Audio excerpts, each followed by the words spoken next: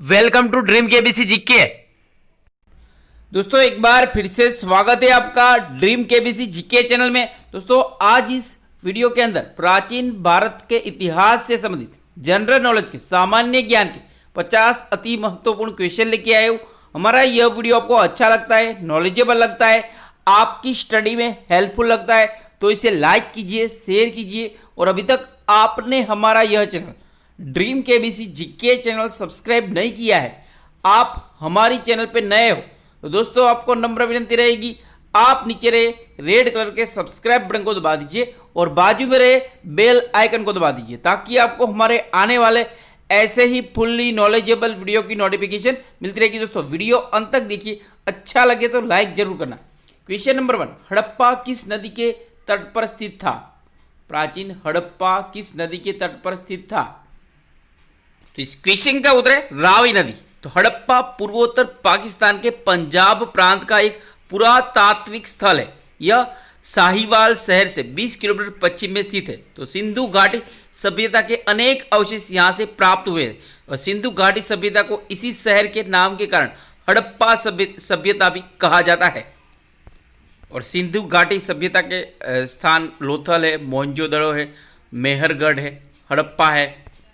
Question number 2, Harappa सभ्यता के किस स्थान में विशाल स्नानागार प्राप्त हुआ है? हड़प्पा सभ्यता के किस स्थान से विशाल स्नानागार प्राप्त हुए हैं? तो इस क्वेश्चन का उत्तर मोहनजोदड़ो। और मोहनजोदड़ो का सिंधी भाषा में अर्थ है मुर्दों का टीला। यह दुनिया का सबसे पुराना नियोजित और उत्कृष्ट शहर माना जाता है। क्वेश्चन नंबर 4, गोदीबाड़ा किस हड़प्पा सभ्यता से प्राप्त हुआ है? तो इस क्वेश्चन का उत्तर है लोथल। लोथल वर्तमान में अहमदाबाद जिले के धोलका तालुका के गांव सारागवाला के निकट स्थित है। क्वेश्चन नंबर 5, किस वंश को पितृहंता वंश के रूप में जाना जाता था? तो इस क्वेश्चन का उत्तर है हर्यक वंश। तो हर्यक वंश को पितृहंता वंश के रूप में जाना जाता था। क्वेश्चन नंबर 6, मगध में शासन करने वाला प्रथम ऐतिहासिक राजवंश कौन सा था? मगध में शासन करने वाला प्रथम ऐतिहासिक राजवंश कौन सा था? तो इस क्वेश्चन का उत्तर है हर्यक वंश। तो हर्यक वंश का कार्यकाल ईसा पूर्व 544 साल से ईसा पूर्व 412 तक था। की स्थापना बिंबिसार ने की थी। इसके साथ ही राजनीतिक शक्ति के रूप में बिहार का सर्वप्रथम उदय हुआ था और बिंबिसार को मगध साम्राज्य का वास्तविक संस्थापक माना जाता है। बिंबिसार ने गिरिव्रज को अपनी राजधानी बनाया था। क्वेश्चन नंबर 7, शक संवत जो कनिष्क के राज्यारोहण की तिथि कौन सी है? इस क्वेश्चन का उत्तर है 78 ईस्वी। क्वेश्चन नंबर 8, रेशन मार्ग का संस्थापक कौन थे? रेशन मार्ग का संस्थापक कौन थे? इस क्वेश्चन कनिष्क, सम्राट कनिष्क थे। तो यहाँ पे कनिष्क कुषाण काल का, कुषाण वंश का वह सम्राट जिसका साम्राज्य चीन तक फैला था और कनिष्क जिन्हें कनिष्क प्रथम भी कहा जाता है। क्वेश्चन नंबर 9, चरक, नागार्जुन, अश्वघोष व वसुमित्र किसके दरबार में थे? चरक, नागार्जुन, अश्वघोष, वसुमित्र किसके दरबार में थे? इस क्वेश्चन से कनिष्क के दरबार में थे। ये क्वेश्चन जो है क्वेश्चन नंबर 9 कई एग्जाम में पूछा गया है और बार बार पूछा जाता है। क्वेश्चन नंबर 10, कनिष्क की राजधानी कहाँ थी? इस क्वेश्चन का उत्तर पुरुषपुर, तो वर्तमान में पाकिस्तान में पेशावर। क्वेश्चन नंबर 11, मुद्रा राक्षस के रचनाकार कौन थे? तो इस क्वेश्चन का उत्तर विशाखदत्त मुद्रा राक्षस के रचनाकार थे। तो विशाखदत्त थे मुद्रा राक्षस के रचनाकार। विशाखदत्त की बात करें तो गुप्त काल की में प्रसिद्ध थे। इनके 2 नाटक प्रसिद्ध है, एक मुद्रा राक्षस और देवी चंद्रगुप्तम। और मुद्रा राक्षस में चंद्रगुप्त मौर्य के जीवन से संबंधित घटनाओं का उल्लेख मिलता है और देवी चंद्रगुप्तम में गुप्त वंशी शासक रामगुप्त के विषय में सूचनाएं प्राप्त होती है। क्वेश्चन नंबर 12, अशोक ने अपने पुत्र महेंद्र व पुत्री संघमित्रा को बौद्ध धर्म के प्रसार के लिए कहां भेजा था? तो इस क्वेश्चन का उत्तर श्रीलंका भेजा था। यहाँ पे चक्रवर्ती सम्राट अशोक का कार्यकाल ईसा पूर्व 304 से ईसा पूर्व 232 था और विश्व प्रसिद्ध एवं शक्तिशाली भारतीय मौर्य राजवंश के महान सम्राट थे। और सम्राट अशोक का पूरा नाम देवनाम प्रिय अशोक मौर्य, राजा प्रियदर्शी और देवताओं का प्रिय था। उनका राज्यकाल ईसा पूर्व, जैसे कि मैंने बताया, 304 से 232 तक था। और सम्राट अशोक बिंदुसार का पुत्र था। और यहाँ पे बिंदुसार जो था वो चंद्रगुप्त मौर्य का पुत्र था बिंदुसार, और बिंदुसार का पुत्र था सम्राट अशोक। विषय नंबर 13, कौन सा मौर्य सम्राट जैन धर्म ग्रहण करके श्रवण बेलगोला चला गया था? कौन सा मौर्य सम्राट जैन धर्म ग्रहण करके श्रवण बेलगोला चला गया था? इस क्वेश्चन का उत्तर है चंद्रगुप्त मौर्य। तो चंद्रगुप्त मौर्य मैंने भारत के महानतम सम्राट थे और इन्होंने मौर्य साम्राज्य की स्थापना की थी चंद्रगुप्त मौर्य ने। और चंद्रगुप्त मौर्य पूरे भारत को एक साम्राज्य के अधीन लाने में सफल रहे थे। और चंद्रगुप्त मौर्य की बात को जैसे कि चाणक्य चंद्रगुप्त मौर्य के गुरु और महामंत्री थे। क्वेश्चन नंबर 14, सांची के स्तूप का निर्माण किसने करवाया था? इस क्वेश्चन का उत्तर सम्राट अशोक ने करवाया था सांची के स्तूप का निर्माण। क्वेश्चन नंबर 15, सिकंदर के गुरु कौन थे? सिकंदर महान के गुरु कौन थे? इस क्वेश्चन का उत्तर है अरस्तु, एरिस्टोटल थे सिकंदर के गुरु। तो यहाँ पे सिकंदर का जन्म ईसा पूर्व 356 ईसा पूर्व में हुआ था। प्राचीन नेपोलियन की राजधानी पेला में हुआ था। और सिकंदर के पिता का नाम फिलिप द्वितीय था और जो कि मैकडोनिया और ओलंपिया के राजा थे। और उनकी माता का नाम, सिकंदर की माता नाम ओलंपिया था। ऐसा कहा जाता है कि उनकी माता एक जादूगरनी थी जिन्हें सांपों के बीच रहने का शौक था। क्वेश्चन नंबर 16, सिकंदर ने हाइडेस्पीच विसरता के युद्ध में किसे पराजित किया था? तो इस क्वेश्चन पोरस, तो पोरस को पराजित किया था। जैसे कि इतिहास अलग है, रियल में पोरस ने सिकंदर को परास्त किया था और इतिहास में अलग उल्लेख है। और पोरस ने ही सिकंदर को मारा था। जैसे कि जो सिकंदर और पोरस के बीच युद्ध हुआ था और पोरस जो बाण मारते थे, उनके पास जो बाण थे वो जहरीले बाण थे। वो आज जिसको बाण मारेगा वो 1 महीने के बाद मर जाएगा, ऐसे जहरीले बाण थे बीमारी के कारण। क्वेश्चन नंबर 17, महात्मा गौतम बुद्ध के घोड़े का नाम क्या था? महात्मा गौतम बुद्ध के घोड़े का नाम क्या था? इस क्वेश्चन का कंथक। क्वेश्चन नंबर 18, महावीर स्वामी का वास्तविक नाम क्या था? इस क्वेश्चन का वर्धमान था महावीर स्वामी का वास्तविक नाम। तो यहाँ पे महावीर स्वामी का जन्म ईसा पूर्व 599 में हुआ था। वो कुंडल गांव में हुआ था। उनके पिता सिद्धार्थ और माता त्रिशला थी। महावीर स्वामी जो जैन धर्म के 24वें तीर्थकर, जैन धर्म में 24 तीर्थकर है। इसमें पहले तीर्थकर ऋषभदेव और 24वें तीर्थकर महावीर स्वामी थे। जैसे कि महावीर स्वामी के अन्य नाम वीर, अतिवीर, सन्मति और उनका मूल नाम वर्धमान था। क्वेश्चन नंबर 19, सिंधु सभ्यता किस युग से संबंधित है? सिंधु सभ्यता किस युग से संबंधित है? इस क्वेश्चन का उत्तर कांस्य युग से संबंधित है सिंधु सभ्यता।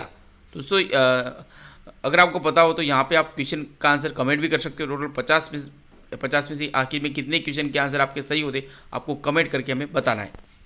क्वेश्चन नंबर 20, सिंधु सभ्यता की लिपि किस प्रकार की थी? सिंधु सभ्यता की लिपि किस प्रकार की थी? तो इस क्वेश्चन चित्रात्मक लिपि थी सिंधु सभ्यता की लिपि। क्वेश्चन नंबर 10, सिंधु सभ्यता के लोग किसकी पूजा करते थे? सिंधु सभ्यता के लोग किसकी पूजा करते थे? इस क्वेश्चन मातृ देवी और पशुपति की पूजा करते थे सिंधु सभ्यता के लोग। क्वेश्चन नंबर 10, सबसे पुराना वेद कौन सा है? तो इस क्वेश्चन ऋग्वेद है सबसे पुराना वेद। जैसे कि रामायण काल में केवल एक वेद ही था, ऋग्वेद था। और बाद में द्वापर युग में कृष्णदेवराय वेदव्यास ने वेदों का विभाजन किया था। ऋग्वेद 4 वेद में विभाजन किया था और उसमें उपवेद भी 4 उपवेद भी की रचना की थी कृष्णदेवराय वेदव्यास ने। क्वेश्चन नंबर 10, कौन सा वेद गद्य व पद्य दोनों में है? तो इस क्वेश्चन का यजुर्वेद गद्य और पद्य दोनों में है। क्वेश्चन नंबर 10, ऋग्वेद में कितने मंडल, सूक्त व कितने मंत्र है? तो वेरी इंपॉर्टेंट क्वेश्चन है ये, कई एग्जाम में क्वेश्चन पूछा गया है।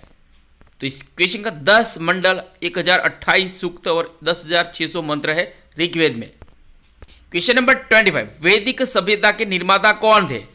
वैदिक सभ्यता के निर्माता कौन थे? तो इस क्वेश्चन का उत्तर आर्य थे। क्वेश्चन नंबर 26, पंचम वेद किसे कहा जाता है? पंचम वेद किसे कहा जाता है? तो इस क्वेश्चन का तो पुराणों को पंचम वेद कहा जाता है, और पुराण 18 पुराण है। क्वेश्चन नंबर 26, अष्टाध्यायी व्याकरण ग्रंथ के रचनाकार कौन थे? अष्टाध्यायी व्याकरण ग्रंथ के रचनाकार कौन है? तो इस क्वेश्चन का उत्तर पाणिनि अष्टाध्यायी व्याकरण ग्रंथ के रचनाकार है। वेरी वेरी इंपॉर्टेंट क्वेश्चन है ये। दोस्तों, अभी तक आपने हमारा यह channel dream KBC GK channel subscribe नहीं किया है, आप हमारी चैनल पे नए हो, तो दोस्तों आपको नम्र विनती रहेगी, आप नीचे रहे रेड कलर के सब्सक्राइब बटन को दबा दीजिए और बाजू में रहे बेल आइकन को दबा दीजिए, ताकि आपको हमारे आने वाले ऐसे ही फुल्ली नॉलेजेबल वीडियो की नोटिफिकेशन मिलती रहेगी। दोस्तों वीडियो अंत तक देखिए, अच्छा लगे तो लाइक जरूर कर दो। दोस्तों, हमारे ड्रीम के बीच जीके चैनल में हमने रामायण के बारे में 500 क्वेश्चन का वीडियो डाला है, महाभारत के बारे में 1000 क्वेश्चन का वीडियो है, प्राचीन भारत का इतिहास में यह आप देख सकते हो। आप रामायण लिखिए और हमारी चैनल का नाम ड्रीम के बीच जीके करके सर्च कीजिए तो वीडियो आपको मिलेंगे रामायण के बारे में। वैसे रामायण महाभारत के बारे में 3000 से भी ज़्यादा क्वेश्चन हमने अपलोड कर दिए, और प्राचीन इतिहास के बारे में बहुत सारे वीडियो हमने अपलोड किए हैं अभी तक। और जैसे कि हमारी ड्रीम के भी जीके में जनरल नॉलेज के सारे टॉपिकों को कवर किया गया है, और अब भारत के सभी राज्यों के बारे में जनरल नॉलेज के वीडियो हमने अपलोड किए हैं। अब किसी भी राज्य का नाम लिखेंगे, हमारे चैनल पर नाम लिखेंगे, यूट्यूब में सर्च करेंगे तो वीडियो आपको मिलेगा, उसकी गारंटी मैं देता हूँ। क्वेश्चन नंबर 28, योग दर्शन के संपादक कौन थे? तो इस क्वेश्चन का पतंजलि योग दर्शन के संपादक थे। पतंजलि गोणार्थ, संभवतः गोंडा जिला, जम्मू कश्मीर के निवासी थे। उनका जन्म जम्मू कश्मीर हुआ था ऐसा माना जाता है, और बाद में भी काशी में बस गए थे। इनकी पतंजलि की माता का नाम गोणिका था, और पतंजलि योग सूत्र के रचनाकार थे। वे हिंदुओं के 6 दर्शन, जैसे कि न्याय दर्शन, जैसे कि मैंने अभी बताया, न्याय दर्शन के संपादक थे। इसमें न्याय, वैशिक, सांख्य, योग, मीमांसा, वेदांत में से एक है। और भारतीय साहित्य में पतंजलि के लिखे हुए 3 मुख्य ग्रंथ मिलते हैं, जिसमें योग सूत्र, अष्टाध्यायी पर भाष्य और आयुर्वेद पर ग्रंथ। और पतंजलि ने पाणिनि के अष्टाध्यायी पर अपनी टीका लिखी, जिसे महाभाष्य का नाम दिया है। क्वेश्चन नंबर 29, अस्तो मां सदगमय तमसो मां ज्योतिर्गमय, बहुत ही प्रसिद्ध ये वाक्य कहाँ से लिया गया है हमें पता होना चाहिए, वेरी वेरी इंपॉर्टेंट है। इस क्वेश्चन का ऋग्वेद से लिया गया है। क्वेश्चन नंबर 30, किस प्रकार के विवाह में वधु का मूल्य लिया जाता था? किस प्राचीन काल में किस प्रकार के विवाह में वधु के बेटी का पैसा लिया जाता था? इस क्वेश्चन का असुर विवाह, तो वर्तमान जो अपनी बेटी को शादी करवाते, जो बाप अपनी बेटी का पैसा लेता है, वो उस विवाह को असुर विवाह कहा जाता है, प्राचीन काल में कहा जाता था। क्वेश्चन नंबर 31, गौतम बुद्ध ने अपना उपदेश कहाँ दिया था? महात्मा गौतम बुद्ध ने अपना उपदेश, पहला उपदेश कहाँ दिया था? तो इस क्वेश्चन का उत्तर सारनाथ में दिया था, जो वर्तमान में उत्तर प्रदेश में है। क्वेश्चन नंबर 32, महात्मा बुद्ध के घर त्यागने की घटना को क्या कहते हैं? महात्मा बुद्ध के गृह त्याग की घटना को क्या कहते हैं? तो इस क्वेश्चन का महाविनिष्क्रमण, महाविनिष्क्रमण कहते हैं बौद्ध धर्म में गौतम बुद्ध के गृह त्याग की घटना को। क्वेश्चन नंबर 33, बौद्ध के उपदेश सुनकर 5 ब्राह्मणों द्वारा बौद्ध बनने की घटना को क्या कहते हैं? गौतम बुद्ध के उपदेश सुनकर 5 ब्राह्मणों द्वारा बौद्ध बनने की घटना को क्या कहते हैं? वेरी वेरी इंपॉर्टेंट क्वेश्चन है। तो इस क्वेश्चन का धर्म चक्र प्रवर्तन कहते हैं। क्वेश्चन नंबर 30, बुद्ध के समकालीन शासक कौन थे? बुद्ध के समकालीन शासक कौन थे? इस क्वेश्चन बिंबिसार, उदयन, प्रसेनजित और प्रद्योत। बिंबिसार, उदयन, प्रसेनजित और प्रद्योत बुद्ध के समकालीन शासक थे। क्वेश्चन नंबर 35, महावीर स्वामी का जन्म कहाँ हुआ था? महावीर स्वामी का जन्म, मैंने इसका आंसर आपको पहले ही बता दिया है। तो इस क्वेश्चन कुंडल ग्राम में हुआ था महावीर स्वामी का जन्म, जो जैन धर्म के 24वें तीर्थकर थे महावीर स्वामी। क्वेश्चन नंबर 30, जैन धर्म के 24वें तीर्थकर कौन थे? तो महावीर स्वामी थे जैन धर्म के 24वें तीर्थकर। क्वेश्चन नंबर 30, सिकंदर कहाँ का शासक था? मैंने इसका भी आंसर आपको पहले ही बता दिया है। तो मैकेडोनिया का शासक था सिकंदर। सिकंदर के गुरु अरस्तु थे। क्वेश्चन नंबर 38, सिकंदर के घोड़े का नाम क्या था? वेरी वेरी इंपॉर्टेंट है। तो बुकाफेला, तो बुकाफेला नाम था सिकंदर का घोड़े का नाम। क्वेश्चन नंबर 40, राष्ट्रकूट वंश की स्थापना किसने की थी? राष्ट्रकूट वंश की स्थापना किसने की थी? तो इस क्वेश्चन राष्ट्रकूट वंश की स्थापना 8वीं सदी में दंती दुर्ग ने की थी। दंती दुर्ग ने की थी। क्वेश्चन नंबर 41, वल्लभिक काल किस काल को कहा जाता है? वल्लभिक काल किस काल को कहा जाता है? तो इस क्वेश्चन का गुप्त काल को वल्लभिक काल कहा जाता है। क्वेश्चन नंबर 42, अंतिम मौर्य सम्राट कौन थे जिसे उसके सेनापति सम्राट पुष्यमित्र शुंग ने मारकर शुंग राज्य की स्थापना की थी? अंतिम मौर्य सम्राट कौन थे जिन्हें उनके सेनापति सम्राट पुष्यमित्र शुंग ने मारकर शुंग राज्य की स्थापना की थी? तो इस क्वेश्चन का होता है बृहदत्त। बृहदत्त अंतिम मौर्य सम्राट। तो मौर्य वंश की स्थापना किसने की थी? तो चंद्रगुप्त मौर्य ने की थी। मौर्य वंश के प्रथम सम्राट थे चंद्रगुप्त मौर्य। और अंतिम शासक थे राजा थे बृहदत्त। बृहदत्त की हत्या किसने की थी? तो पुष्यमित्र शुंग ने। और शुंग वंश की स्थापना किसने की थी? तो पुष्यमित्र शुंग ने। क्वेश्चन नंबर 43, किस यज्ञ में वैदिक काल में सूरा का प्रयोग किया जाता था? किस यज्ञ में वैदिक काल में सूरा का प्रयोग किया जाता था? तो इस क्वेश्चन का होता है सोत्रामणि। सोत्रामणि यज्ञ में वैदिक काल में सूरा का प्रयोग किया जाता था।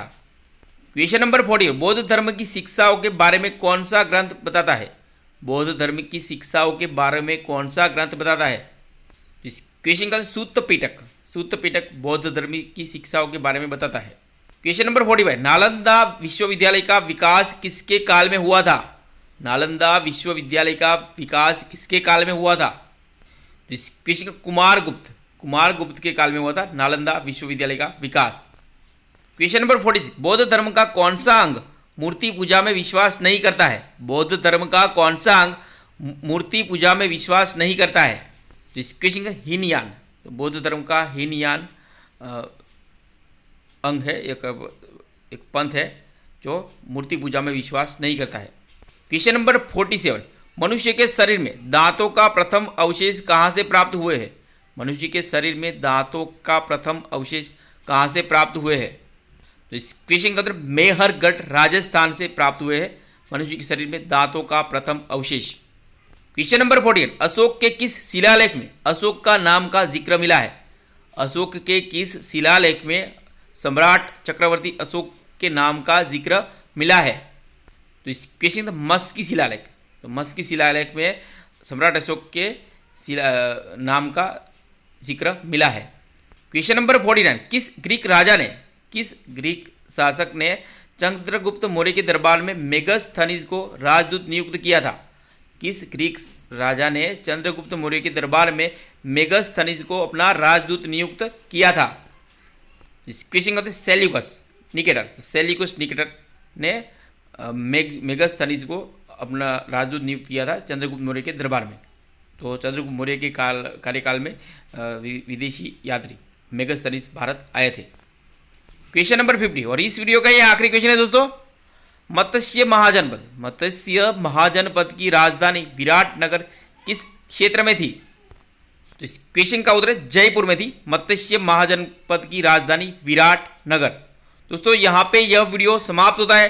हमारा ये वीडियो आपको अच्छा लगा हो, नॉलेजेबल लगा हो, आपकी स्टडी में हेल्पफुल लगा हो तो इसे लाइक कीजिए, शेयर कीजिए। और अभी तक आपने हमारा यह channel dream KBC GK channel subscribe नहीं किया है, आप हमारी चैनल पे नए हो तो दोस्तों आपको नम्र विनती रहेगी, आप नीचे रहे रेड कलर के सब्सक्राइब बटन को दबा दीजिए और बाजू में रहे बेल आइकन को दबा दीजिए ताकि आपको हमारे आने वाले ऐसे ही फुल्ली नॉलेजेबल वीडियो की नोटिफिकेशन मिलती रहेगी। दोस्तों आप हमारा ड्रीम केबीसी जीके का फेसबुक पेज भी है, आप हमारा फेसबुक पेज लाइक कर सकते हो क्योंकि वहाँ पे हम नॉलेज शेयर करते हैं। और ड्रीम केबीसी जीके का टेलीग्राम चैनल भी है, तो टेलीग्राम चैनल आप ज्वाइन कर सकते हो। वहाँ पे आपको बहुत सारे जनरल नॉलेज के क्वेश्चन मिलेंगे। अभी तक मैंने 2000 से भी ज़्यादा क्वेश्चन वहाँ पे आप पढ़ सकते हो डायरेक्टली। वहाँ पे कोई ई बुक नहीं, डायरेक्टली हम क्वेश्चन डालते हैं। तो 2000 से भी ज़्यादा क्वेश्चन मैंने डाले हैं हिस्ट्री के, जनरल नॉलेज के और सामान्य विज्ञान के, तो आप वीडियो वहाँ पे पढ़ सकते हो। और जैसे कि हमारे इंस्टाग्राम पे भी आप हम हमारा नॉलेज शेयर करते हैं, तो इंस्टाग्राम में भी आप हमें फॉलो कर सकते हो अगर हमारे वीडियो आपको अच्छे लगते, और ट्विटर पे भी आप हमें फॉलो कर सकते हो अगर हमारे वीडियो आपको हेल्पफुल लगते हैं। तो हो सके तो इस वीडियो को ज़्यादा से ज़्यादा शेयर कीजिए आपके व्हाट्सएप या फेसबुक स्टोरी को, ताकि हमें भी थोड़ा मोटिवेशन मिलेगा और ऐसे ही फुल्ली नॉलेजेबल वीडियो आपके लिए प्रोवाइड करते रहेंगे, क्योंकि आपकी सफलता में ही हमारी सफलता है। तो जय हिंद, जय भारत, वंदे मातरम।